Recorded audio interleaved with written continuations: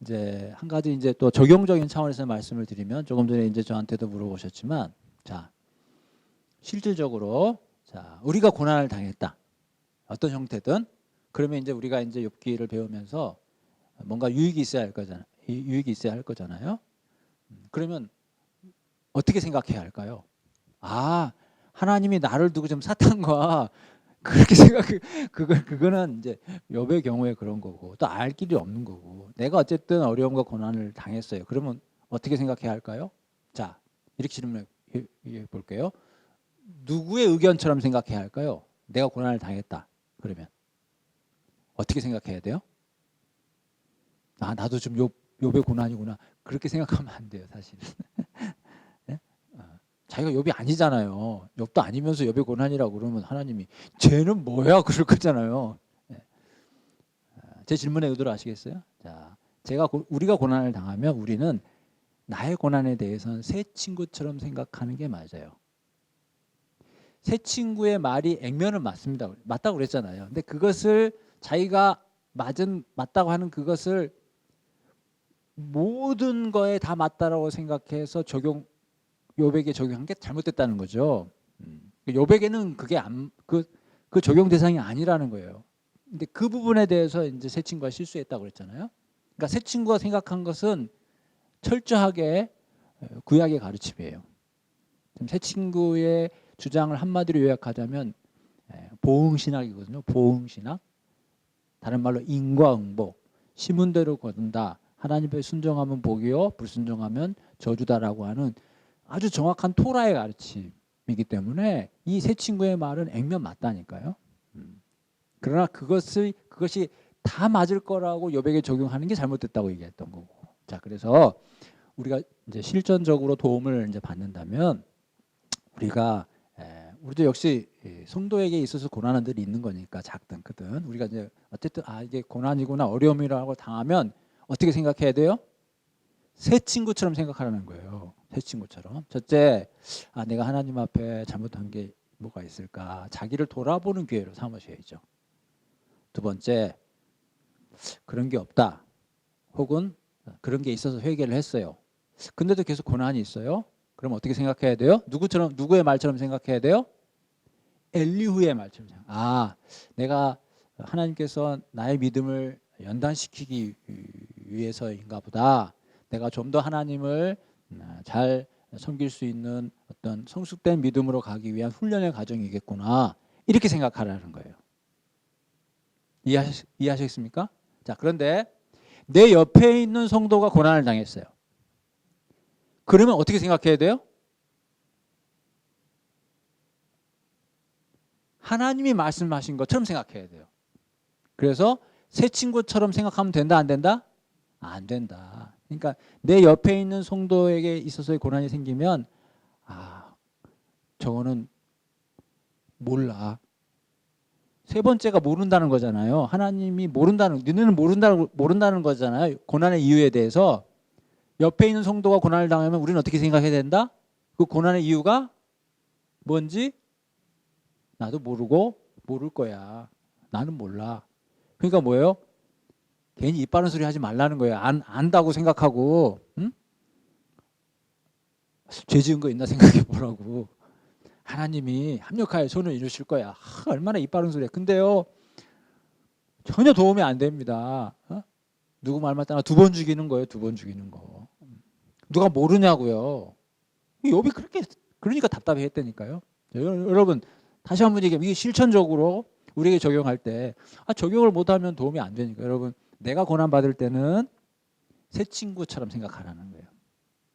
내 동료가 내 성도가 내 교우가 고난받을 때는 욥의 고난이 이겠거니 영문 모를 까닭 없는 이유 모를 고난이겠거니 그렇게 생각해야지 속으로 먼 발치에 서서 지난 주일날 안 나오더니만 그러면 안 된다고요. 그리고 맨날 12조 낼 때마다 그렇게 그냥 어려워하더니만 그런 생각 불쑥불쑥 들죠. 새 친구가 될 위험성이 다분하다니까 우리가 조심해야 된다고요. 말을 하고 안 하고를 떠나서 그런 생각조차 생각하지 않도록 조심해야 된다고요. 말을 안 하고 서로 다르게 생각하죠. 그 금요기도에 나오다가 빠지더니만은 이런 생각. 위험천만한 생각이라니까요. 하나님한테 혼난다고요. 하나님이 화내신다고요. 알지도 못하면서 니네가 왜 그런 소리 하냐고. 그러나 나의 고난에 대해서는 철두철미하게 새 친구처럼. 자, 아시겠죠? 적용의 방향. 예, 그게 유익이에요. 지금 우리가 욥기를 통해서 잘 배우면 정말 좋아요. 저는 정말 그런 부분에서 저도 많이 도움이 돼요. 아, 이렇게 하면 되겠구나. 자, 3장은 욥이 자기 생일을 저주하는 내용이에요. 3장 1절에 그 후에 욥이 입을 열었다. 여러분, 처음에 친구들은 7일 동안 아무 말도 안 했어요. 그에게 한마디도 말하는 적 없었다. 2장 13절에. 좋았는데 사실은요. 욥이 사실은 먼저 이렇게 화근이 된 건 맞아요. 그러니까 가만히 있었으면 친구들도 아무 말 안 했을 텐데 욥이 저주를 하니까 옆에 듣고 있는 사람이 불편한 거예요. 왜 불편해? 자기가 하나님을 생각할 때 저건 하나님에 대한 예의가 아닌데, 그러니까 이들은 마치 하나님을 변호하는 듯한 자세로 지금 욥을 공격하는 거예요. 이해하시겠습니까? 그러니까 누구보다 내가 하나님 편에 좀 내가 서 있다, 이런 사명을 갖다 보니까 욥을 그렇게 말로 때려잡는 거라니까요. 지금 무서운 거죠. 제가 아까 말씀드렸잖아요. 너무 자기 신앙이 강하면 남에게 해를 줄 수 있다는 거죠. 그래서 여러분, 하나님께서 여러분에게 은혜를 주시잖아요. 말씀을 통해서든 기도를 통해서든 그럴 때 조심해야 돼요. 절제하셔야 돼요. 어느 정도 기도는 한 40일 금식 기도하고 눈을 개슴츠레 띄고 다니면서 남의 심령을 꿰뚫어 보는 것 마냥 그런 거 안 된다. 은혜를 받는 사람일수록 겸손해야 돼. 하나님 은혜를 많이 주시면 내가 교만해질 수 있잖아요. 그러니까 조심하니까 잘 나갈 때 조심해야 돼. 하나님이 은혜를 부어 주실 때 조심해야 돼요. 그래야 그 은혜가 오래가지. 거기서 조금만 쉬운 말로 까불거리거나 기고만장하면 하나님의 은혜가 지속되지 않습니다. 하나님의 은혜를 주실 때 조심해야 돼요. 3장 1절에 입을 열어서 자기 세계를 저주하니까 이제 여기서 이제 얘기가 시작된 거죠. 자, 3장 2절에 욥이 입을 열었는데, 자, 3장 3절부터 그 밤, 3장 4절 그날 두 번 나오죠. 3장 5절 그날 잘 따라오십시오. 3장 7절 그 밤 3장 8절 그 밤 9절 그 밤 다 그날을 얘기하는 겁니다. 결론적으로 10절에 이는 내 모태의 문을 닫지 아니하여 내 눈으로 환난을 보게 되었다. 내가 세상에 태어나는 바람에 내가 이 고생을 하는구나. 그러면서 또 얘기하면 어찌하여 내가 태어났는가, 그런 말이죠. 11절에 어찌하여 12절에도 어찌하여. 그래서 20절에 어찌하여 고난당하는 자에게 빛을 주셨으며 마음이 아픈 자에게 생각. 계속 내가 왜 태어났는가 그 말이죠. 그러면서 21절입니다. 21절에 죽음을 구하는 것을 더하다가 무덤을 찾아 얻으면 심히 기뻐하고 즐거워하나니. 뭐예요? 죽는 게 낫다는 거죠. 죽는 게. 그래서 26절에 나에게는 평온도 없고 안일도 없고 휴식도 없고 다만 불안만이 있구나. 여러분 조금 감정적으로 이해가 되십니까? 욥이 지금 어떤 상태인지.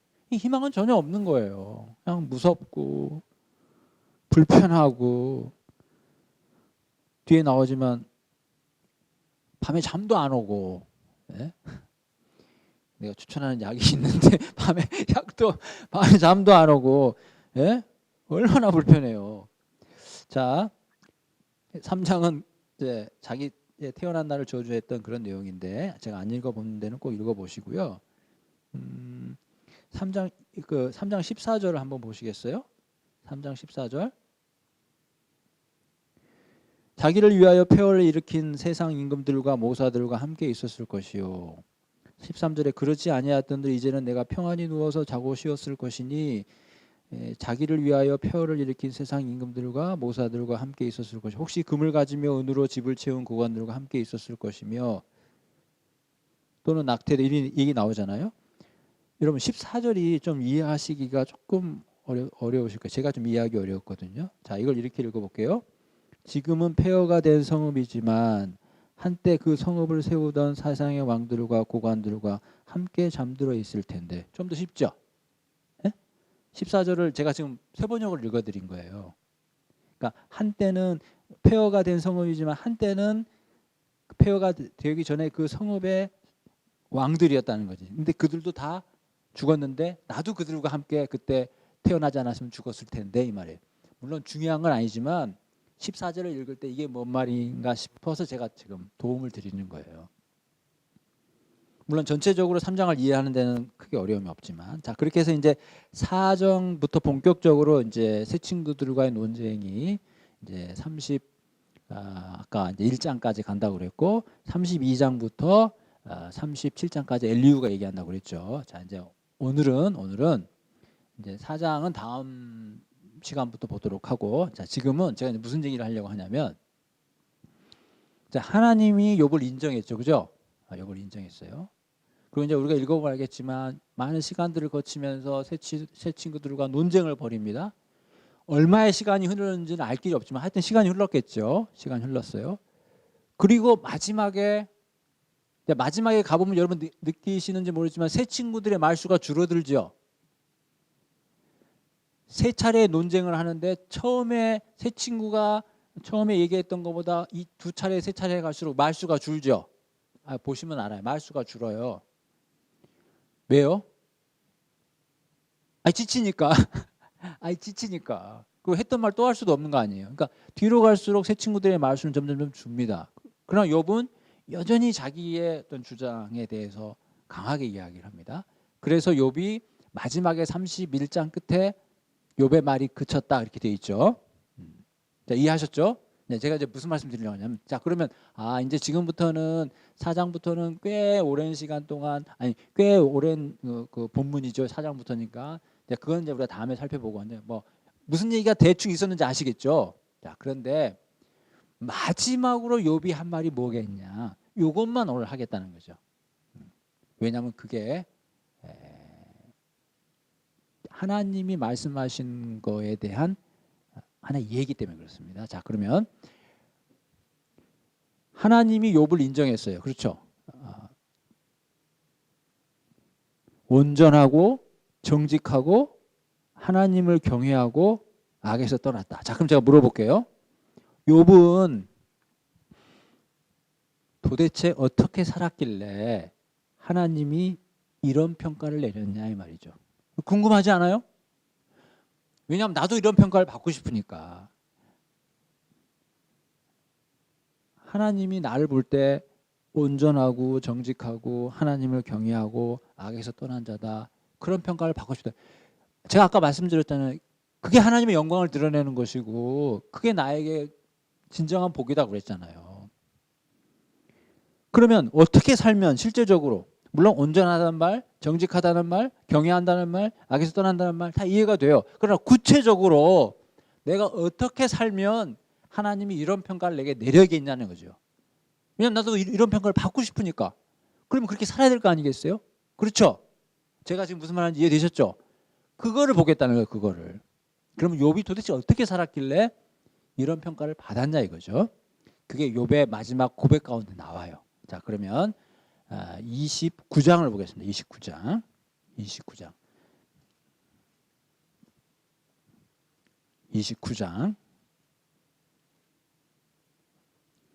자 29장 맨 위에 뭐라고 나와 있어요? 욥의 마지막 말. 여러분 뭐든지 마지막 말이 중요하죠. 처음 말도 중요하지만 마지막 말이 중요하잖아요. 자 욥이 이제 마지막으로 얘기를 합니다. 자 29장 1절에 욥이 풍자하여 이르되 2절에 나는 지난 세월과 하나님이 나를 보호하시던 때가 다시 오기를 원하다. 그러니까 과거를 지금 추억하고 있어요. 그때를 기리고 있습니다. 다시 옛날로 돌아가고 싶다 그 말이에요. 옛날에는 어땠느냐? 그때에는 29장 3절 그때에는, 잠깐만요. 제가 이거 제가 세 번역을 좀 오늘 책을 안 갖고 와가지고, 자 그때에는 그의 등불이 내 머리에 비쳤다. 그의 빛을 힘입었다. 좋은 얘기죠, 그죠? 그다음에 4절에 내가 원기왕성하던 날과 같이 지내기를 원했다. 거기를 원한다. 그때는 원기왕성했다는 거죠. 그때는 하나님이 내 장막에 기름을 발라줬다. 이 말은 하나님이 나를 보호해줬다 이 말이에요. 보호해줬다. 그리고 하나님과 친밀하게 지냈다 이런 말이에요. 무슨 말인지 아시겠죠? 그렇게 살았어요. 그래서 5절에 그때는 전능자가 나와 함께 계셨고 나의 젊은이들이, 이 나의 젊은이들은 종들입니다. 종들. 나의 종들이 나를 둘러 있었으며 저주로 내 발자취를 씻으며. 여러분 요즘도 미용을 위해서 우유로 세수하는 사람이 있습니까? 이런 거죠. 저주로 내 발을 씻었다. 부유하고 여유롭고 바위가 나를 위하여 시내를 쏟아내고 말이죠. 그리고 7절부터 9절까지는 사회적 지위예요. 내가 나가서 아까 성문 얘기했죠. 성문에 이르면 내 자리를 거기에 자기 자리가 있다는 거죠. 왜냐하면 사회적 지위가 있으니까. 그리고 사람들이 나를 보고 8절에 젊은이들은 숨고, 왜냐하면 어려우니까. 또 우리 또 중요한 분 나타나면 피하잖아요. 그리고 노인들은 일어나서 서요. 뭐요? 예를 표해 주는 거죠. 그만큼 사회적으로 인정받았던 모습을 지금 회상하고 있는 거예요. 유지들은 말을 삼가고 지도자들은 말소리를 낮춰. 왜요? 욥이 어려우니까. 욥이 그만큼 높은 자리에 있었다는 거 아니겠어요? 그 다음에 11절에 귀가 들은 적 나를 축복하고 눈이 본 적 나를 증언하였나니. 여러분 이게 무슨 말이에요? 귀가 들은 적 나를 축복하고 눈이 본 적 나를 증언하였나니. 제가 읽어드릴게요. 내 소문을 들은 사람들은 내가 한 일을 칭찬하고 나를 직접 본 사람들은 내가 한 일을 기꺼이 자랑하고 다녔다. 아, 생동감 있죠? 생동감 있잖아요. 세번역. 세번역. 생동감 있잖아요. 아, 이게 뭔 말이에요? 우리끼리 얘기지만 귀가 들은 즉 나를 축복하고 누가 축복했다는 거예요? 눈이 본 즉 누가 봤다는 거예요? 누가 봤는지도 모르겠고 누가 들었는지도 모르겠고 나를 증언했다는데 나를 뭐라고 증언해요? 그러니까 좋은 말이겠거니 넘어갈 수도 있지만 사람들이 자기가 한 일을, 욥이 한 일을 칭찬하고 욥이 한 일을 자랑하면서 돌아다니고, 야, 욥이 이런 사람들이야. 뭐 지금은 막 텔레비에 막 나오고 말이죠.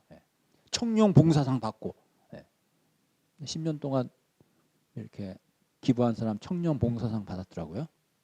텔레비에 파출소에 매년 이렇게 기부한 사람 텔레비에 나왔더라고요.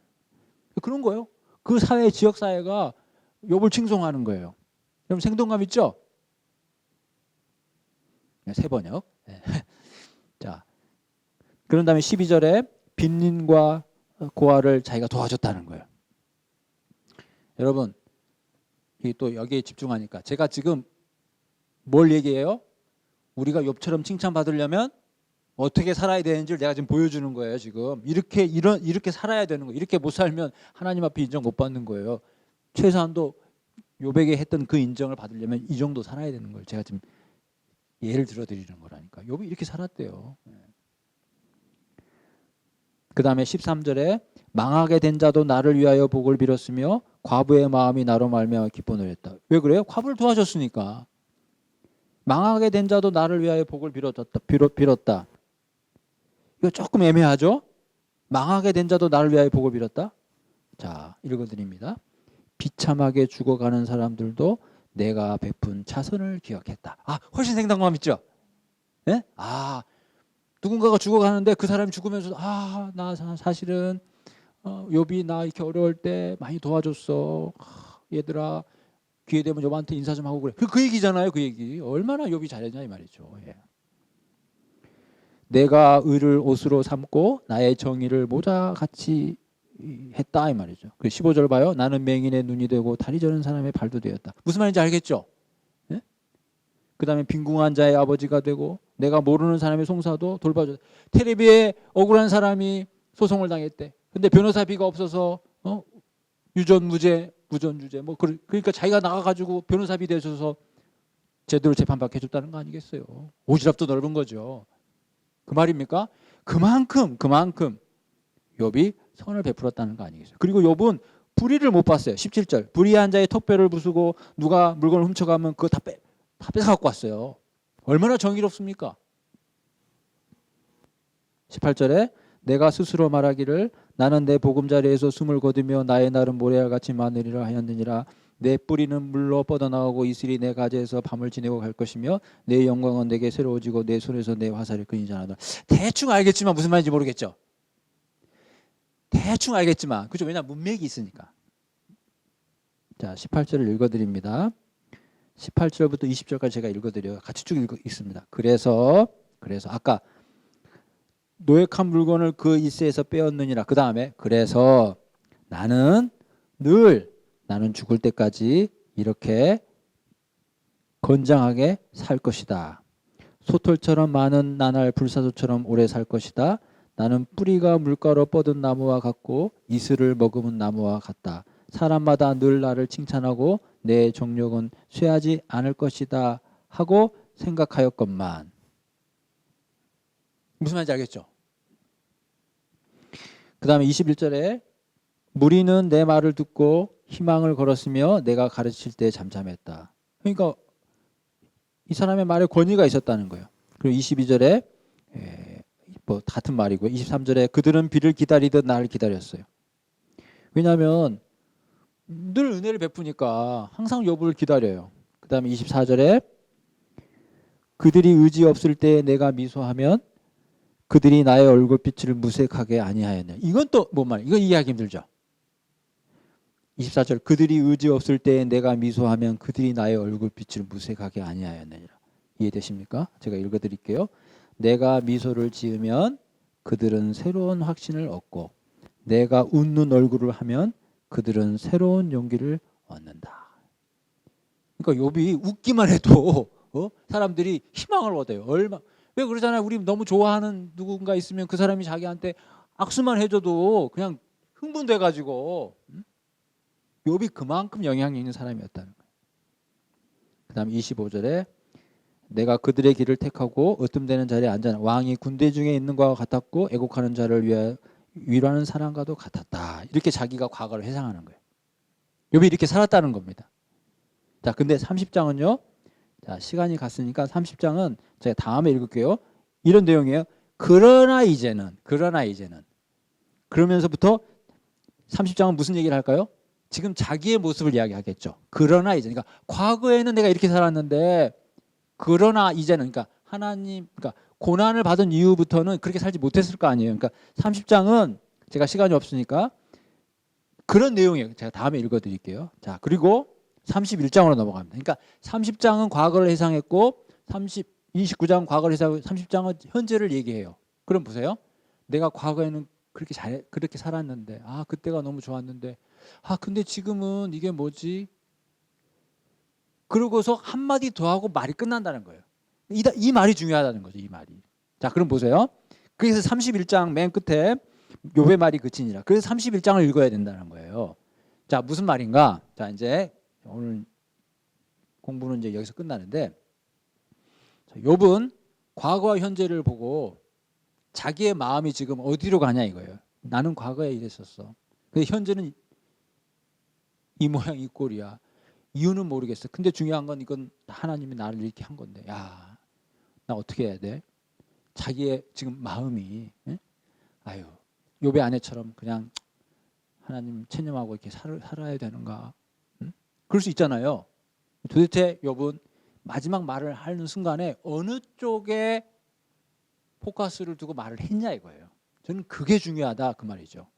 그러니까 욥이 지금 고난의 끝자락에서 욥이 수많은 이야기를 했죠. 그 가운데는 때로는 하나님 앞에 원망 같은 이야기를 했어요. 또 현실도 그래요. 그러나 욥이 마지막 말을 그칠 때 욥은 무슨 말을 했냐 이거죠. 그리고 욥의 마음은 어느 쪽으로 향했냐. 우리가 그거를 알고 싶다 이거죠. 이해하셨죠? 네, 31장을 잠깐 읽고 마칠게요. 자, 이제 봐요. 자, 31장에 대해서 어떤 학자가 이렇게 얘기했어요. 자, 구약 전체에서 성경 창세기부터 말라기까지 구약 전체에서 윤리에 대하여 가장 풍부하고 분명한 묘사를 해놓은 장이 바로 여기다. 다시 한번요. 구약 전체에서 윤리에 대하여 가장 풍부하고 분명하게 묘사를 하고 있는 것이 바로 욥기 31장이다 이 말입니다. 봐요. 31장에 내가 내 눈과 약속하였나니 어찌 처녀에게 주목하랴. 그리하면 위에 계신 하나님께서 내리시는 분깃이 무엇이겠으며 높은 곳에 젖는 자께서 주시는 기업이 무엇이겠느냐. 불의한 자에게는 환난이 아니겠느냐. 행악한 자에게는 불행이 아니겠느냐. 그가 내 길을 살피지 아니하시느냐. 내 걸음을 다 세지 아니하시느냐. 이게 무슨 말입니까? 자기는 자기 눈하고 약속을 했대. 자기 눈하고. 뭐 하기로? 지나가다가 예쁜 여자가 지나가도 쳐다보지 않기로. 자기가 약속했대요. 자, 이걸 보면 어떤 말이 생각나요? 예수님이 하신 말씀 생각나죠?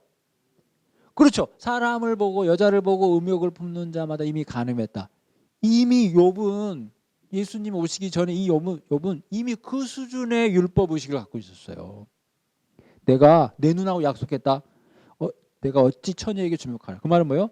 음탕한 눈으로 젊은 여자를 바라보지 않겠다고 내 스스로 다짐했다 이 말이야. 욥이 그렇게 살았다니까요.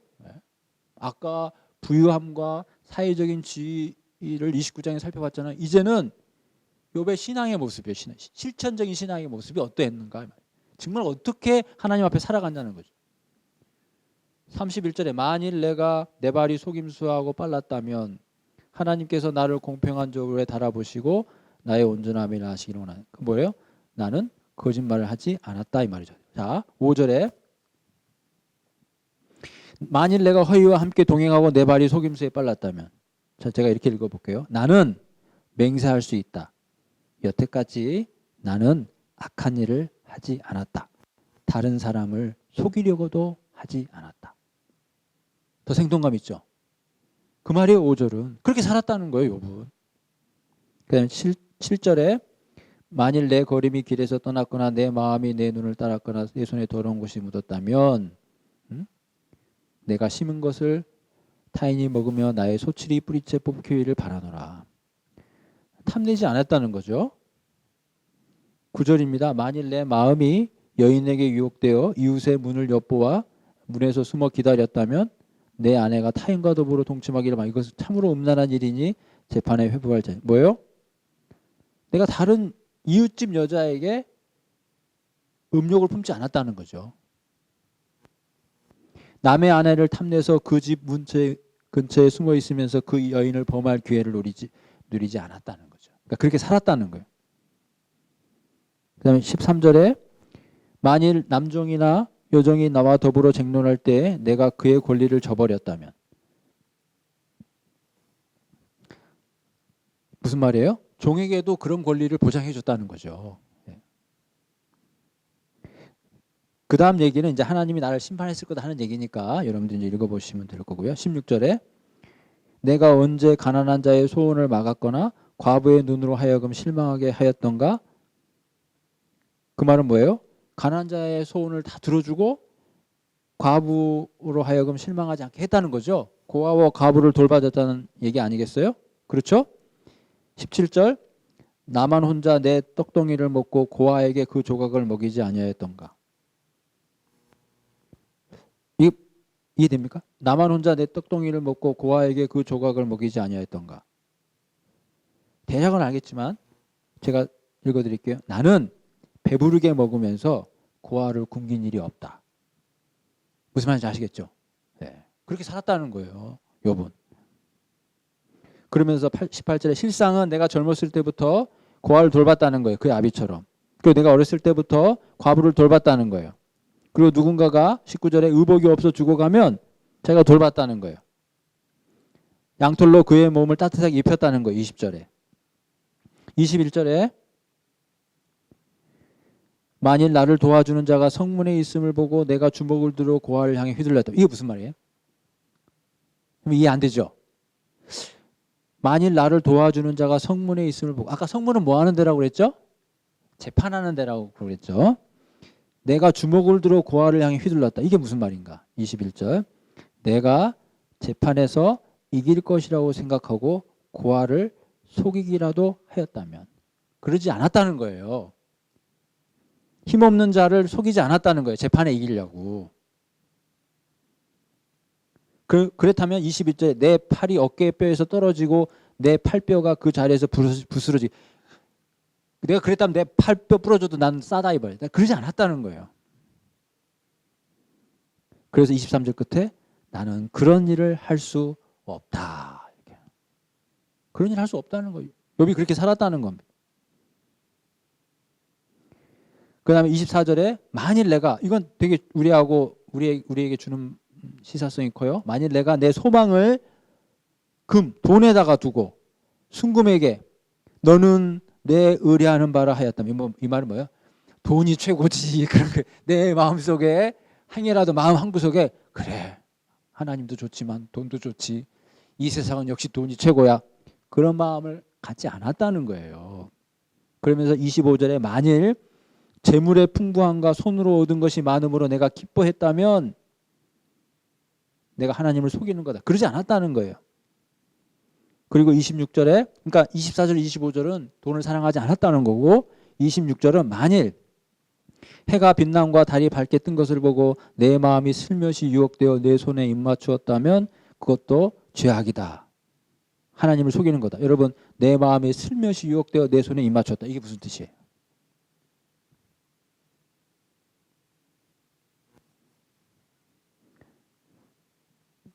해가 뜨고 달이 떴는데 유혹받을 일이 있어요?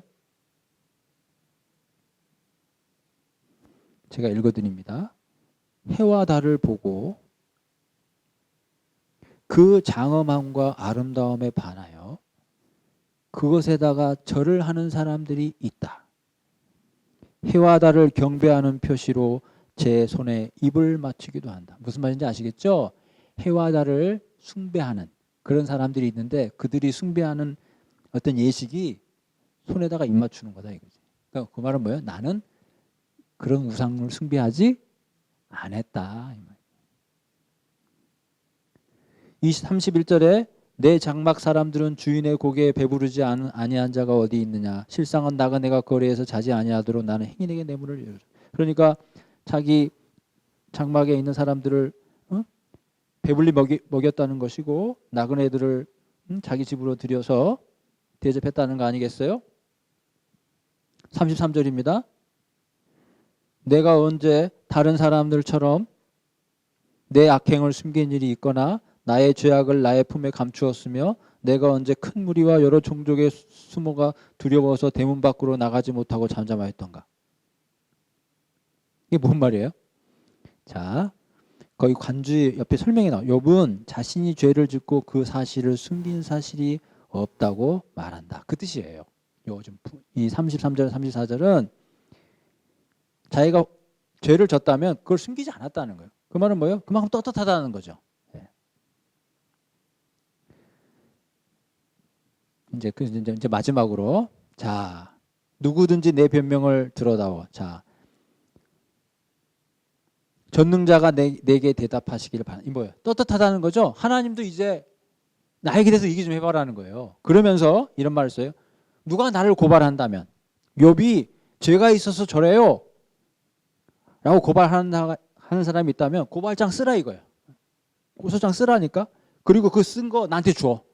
내가 그것을 어깨에다 메고 내가 동네방네 돌아다닐 거라니까. 그러니까 그만큼 뭐예요? 난 떳떳하다. 떳떳하다.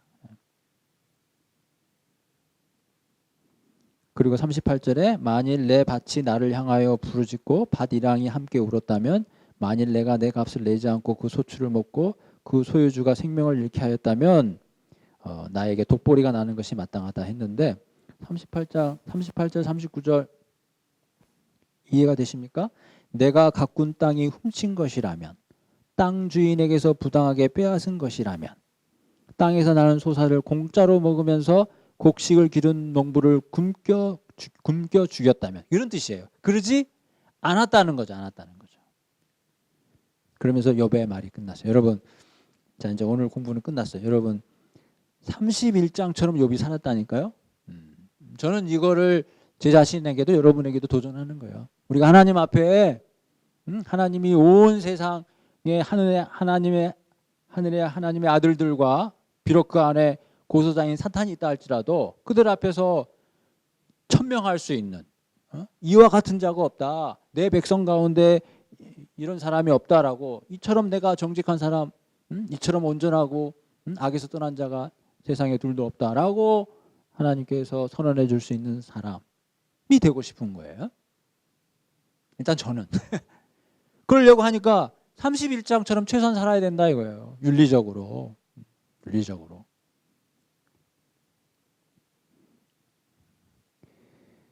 예, 이런 욥기의 내용들이 저와 여러분의 신앙에 좀 도전이 됐으면 하는 바람이 있습니다. 예, 오늘은 여기까지 하고요. 다음번에는 4장부터 28장까지 하고 이제 32장부터 37장 우리가 안 읽고 42장까지 안 했죠.